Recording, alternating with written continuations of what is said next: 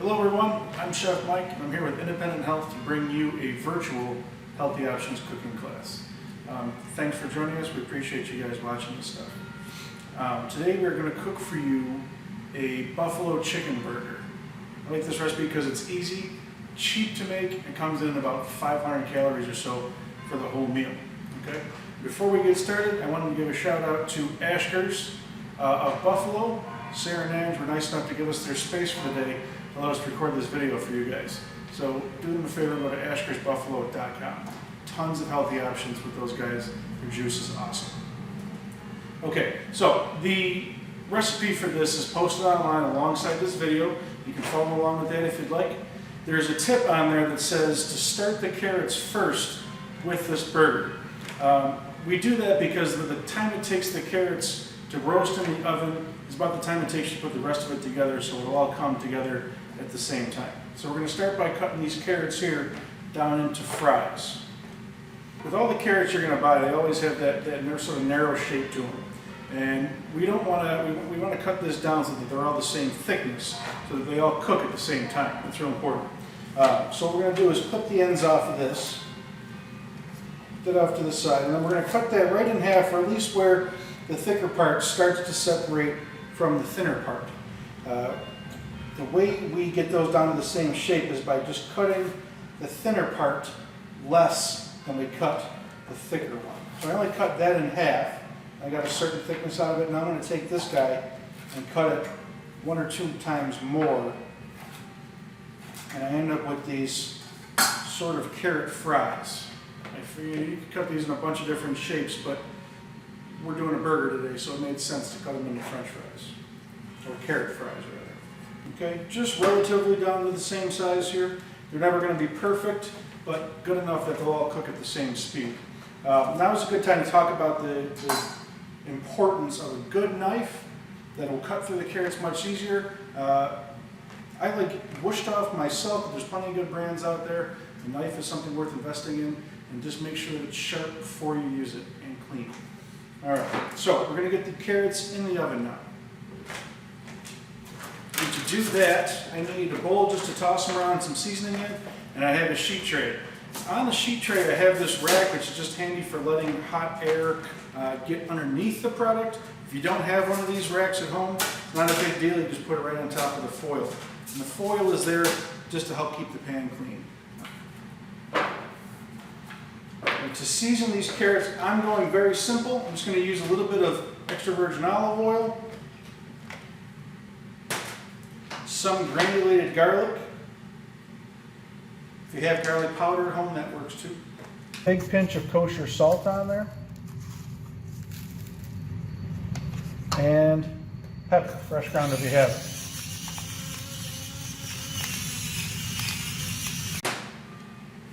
The oil is just there. It'll help the carrots roast and develop some color. It also helps our seasonings stick to it. So I'm going to put these on the tray now. And you're going to see I'm kind of keeping them to one side of the tray because I'm leaving some room for myself here. Later on when the burgers come out of the pan, we're going to put them on here with the carrots to finish everything all off. So these are going in the oven behind me.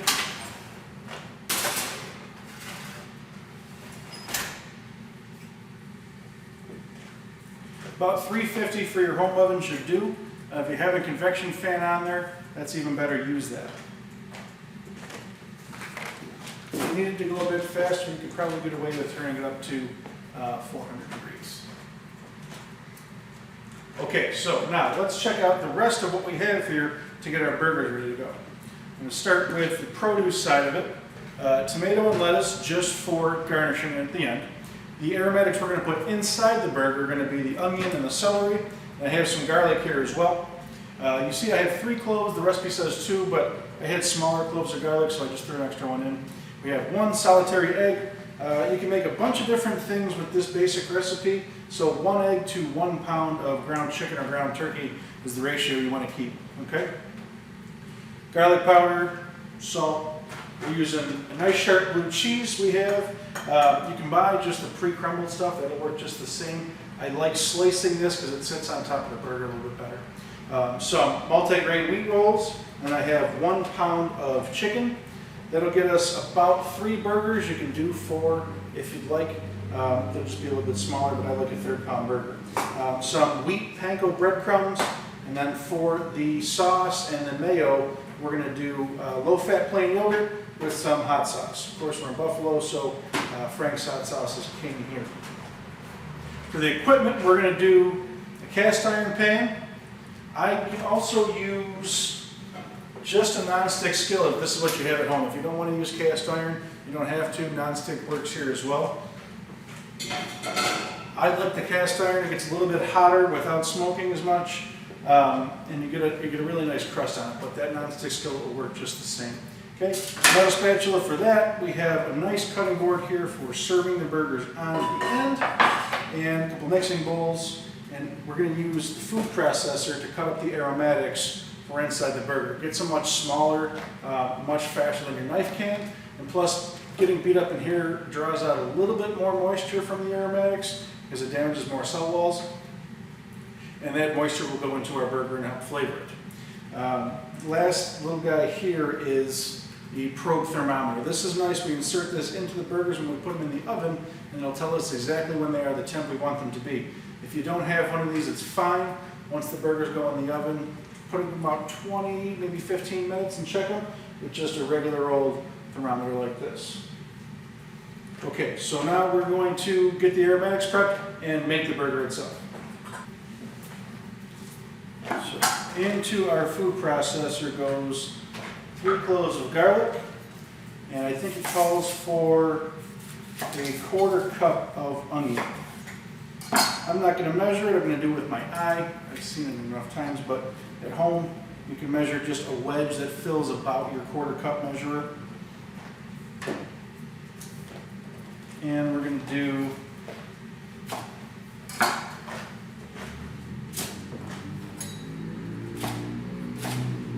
about a 1/4 cup of celery as well. If you don't have those and you don't want to buy the whole bunch, you don't have to, but they are a really nice aromatic additive for your burgers. Now we're going to grind this up. So, if you don't have one of these Robocoups, you can grind everything up and just chop it really fine on your board. This is just a much quicker way, and like I said, it draws out a bit more moisture. So a couple of seconds in here and we'll be done.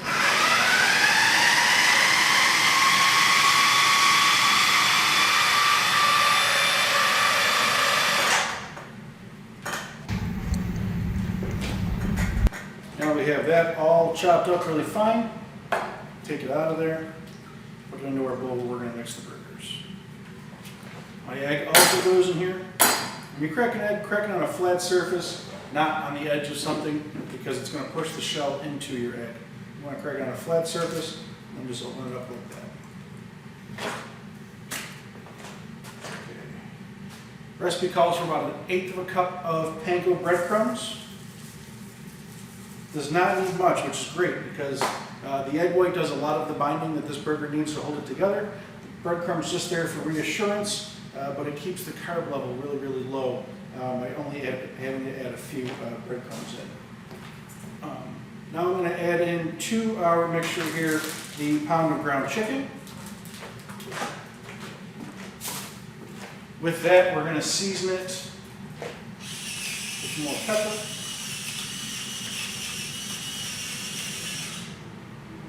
A big pinch of salt. Don't be afraid of your salt at home. You don't want to over salt, but you don't want to under salt either. Alright, we're going to put in a little bit of cilantro as well. I keep this stuff in the freezer at home. It works just the same as putting fresh in. You have to buy that full bunch of cilantro or fresh parsley at the store, but you're only using it for one recipe at a time. Pull all the leaves off. Put it in a Ziploc bag like this, it'll freeze for a good long time. Now we have to mix this up thoroughly. I almost forgot a dash of Worcestershire, the most important ingredient. And that's all. We're going to mix this as it is. Some people have asked me, why not put the hot sauce and the blue cheese right in there? The answer is I like to keep the burger basic because you can kind of interchange this of a lot of other recipes. Today we're doing the blue cheese and hot sauce to make it a buffalo chicken burger, but you could put a little jalapeno and barbecue sauce in here and go Western with it. You could do like a brunch burger with avocado and egg. There's a lot of different variations if you just use the more plain recipe. Plus, I don't like putting cheese right into my burgers when I'm searing them off because it can melt prematurely and kind of come right out of the burger.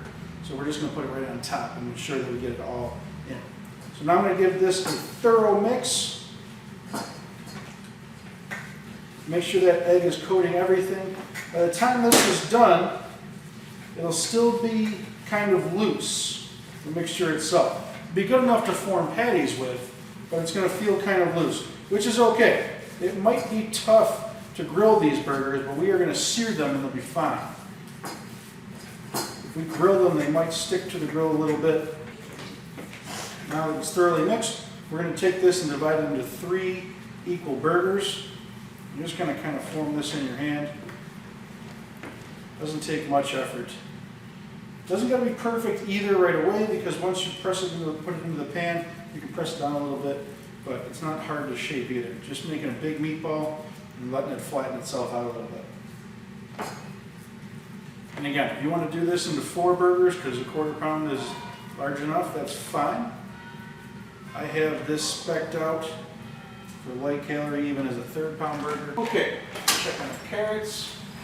They're doing great. Now while we're waiting on them, we're going to sear those burgers in a hot cast iron pan. Now you want that pan, whether it's cast iron or the non-stick skillet, to be at about 450 to 550 degrees Fahrenheit.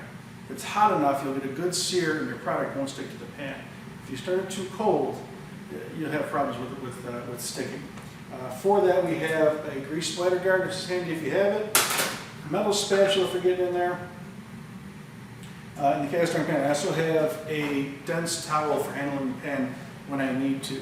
Now I have this little handy infrared guide for checking to see if my pan is hot enough. I'm actually a little bit too warm there. If you don't have one of the infrared thermometers, you can just take a splash of water. You want it to skid across the pan or dissipate immediately. If it hangs out and just sizzles there, you're a little too cold just yet. We are at about 600 degrees, so a little bit high. That'll be okay. We're going to turn our heat back and get it ready. Just a couple tablespoons of olive oil in there to make sure that we're not going to stick, and you're going to get a little bit of smoke from the olive oil going in. That is okay. I'm sure you're good fans of it. Now, I'm going to take our burgers, drop them right in.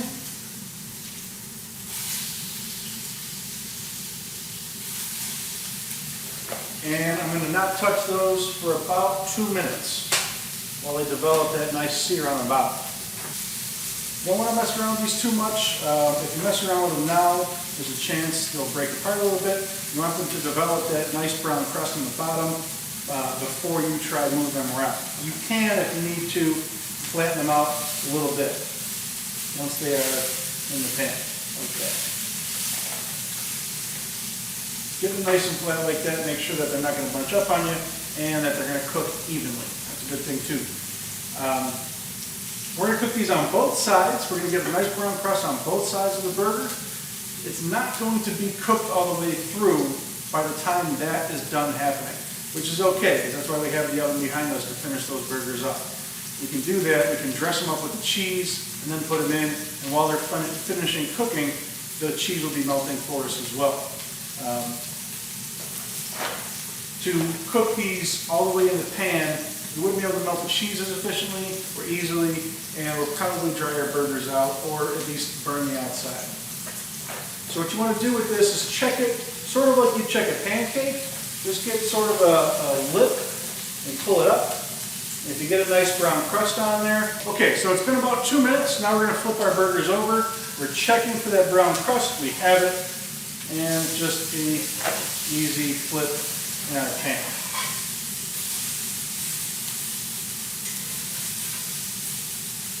You can see that nice brown crust on there. That comes from the yolk and the egg and the meat itself, obviously. If you wanted to reduce the fat in the recipe a little bit, you can cut that yolk out. Just know that you might not get as much color from that. Okay, so while we're waiting for those to cook, or at least brown on the other side, we're going to get our cheese ready to go. to top those off with. I'm just going to take a wedge like this and just cut off about a 1 ounce portion, maybe 2 ounces that is. But what's nice about the wedge is that we're going to be able to put that on the burger just like that, just like a slice of cheese would go on.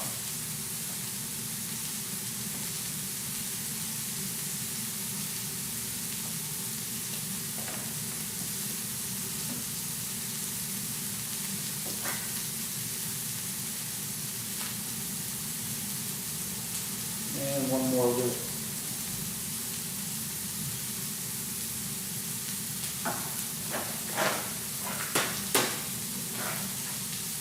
Okay, so the next step is going to be to transfer the burgers onto the sheet tray with the carrots. And we're going to put the cheese on top, a little bit of hot sauce as well, and finish the whole thing in the oven while we get the lettuce and tomato ready for the topper.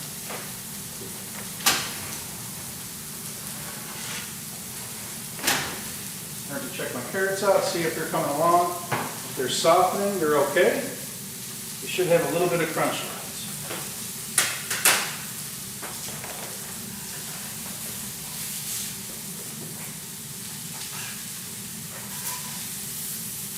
And my burgers are brown on both sides, but again, they are not cooked on the inside. They are not ready yet.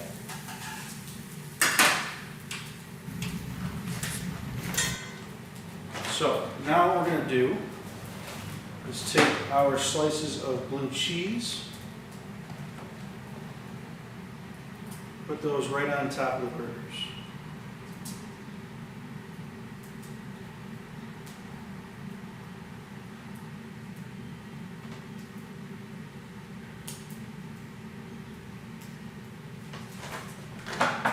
Now, the last trick before these go in the oven is to insert the probe thermometer. Again, these are great, but you want to make sure that this is completely submerged in the very center of the burger. If you got it poking through and it's touching your tray underneath, you're going to get a false read and it's going to tell you that it's cooked well before it is. So 160 degrees. Now, the proper cook temp for any poultry product is 165. I did that by design because when we let these sit for a couple of minutes, the carryover heat, the residual heat in the burgers will bring that to 165. If you bring it out at 165, you're going to get to 170, 175, and you're going to start to make dry burgers. You don't want that. Plate up. Carrots are almost done. Burgers are finishing. We're going to slice a few tomatoes and shred some lettuce. Now, if you want to just take the leaves and break the rib a little bit, you can fold those up and put them on there just like that. I, for some reason, just like shredded lettuce in my burgers, so that's what we're going to do. I'm just holding the whole thing down with a sharp knife and I'm just cutting thin strips. Should be enough for 3 burgers. For the tomato, with any round object that you might have to cut, is take and just slice a little bit off of the side to create a flat surface to put the tomato on. Now it won't roll around, roll around on me when I'm trying to cut it. And I'm going to take the end of it off too. Now, none of that was worth throwing out. That's still good tomato. I just don't want to put all of the skin on my burger like that. It's not as easy to chew through, but you can dice this up easily enough and throw it in an omelet or something tomorrow morning. Or if you want to dice all your tomato and throw it into the mix like that, you can do that too. When I go to slice, I just have a good sharp knife, and I'm just going to kind of saw it down without putting too much pressure, and I'm going to let the knife basically do the work for me like that. I think I'll do one more. Okay, so our timer went off. The burgers are cooked. Now to see if, oh yeah, cheese is melted and browned.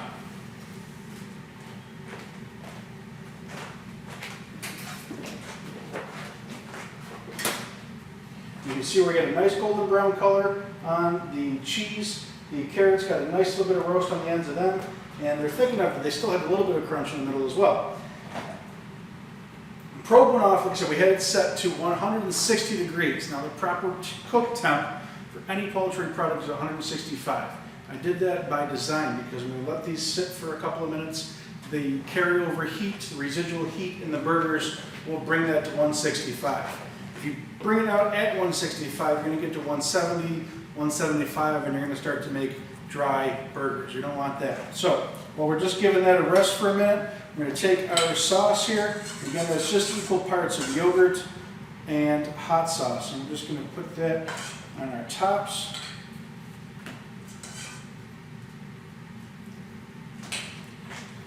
Okay, and while we're still waiting, we'll get our carrots served up as well. You could, if you had one laying around, chop a sweet potato the exact same way, prep it the exact same way with the carrots and roast that with it. I just like going a little bit less with the carbs, so I don't put those in there, but you certainly could use some sweet potato fries, maybe a good drizzle of honey when those hit the tray like that. So now I'm going to grab my burgers. It just goes right on top, lettuce like that. Now, if you have a hot sauce spread on both sides of the roll, but again, if you want, now is the time to add just a bit more hot sauce to your burger. That is very much an optional thing. Tops go on, and there we go. Buffalo chicken burgers, just under 500 calories, and carrot fries or just roasted carrots if you'd like. Thank you very much for joining us today. We appreciate you watching this video. Leave some comments on how it went for you, and if you have any questions, you can leave those there too. Thanks very much, guys. Bye.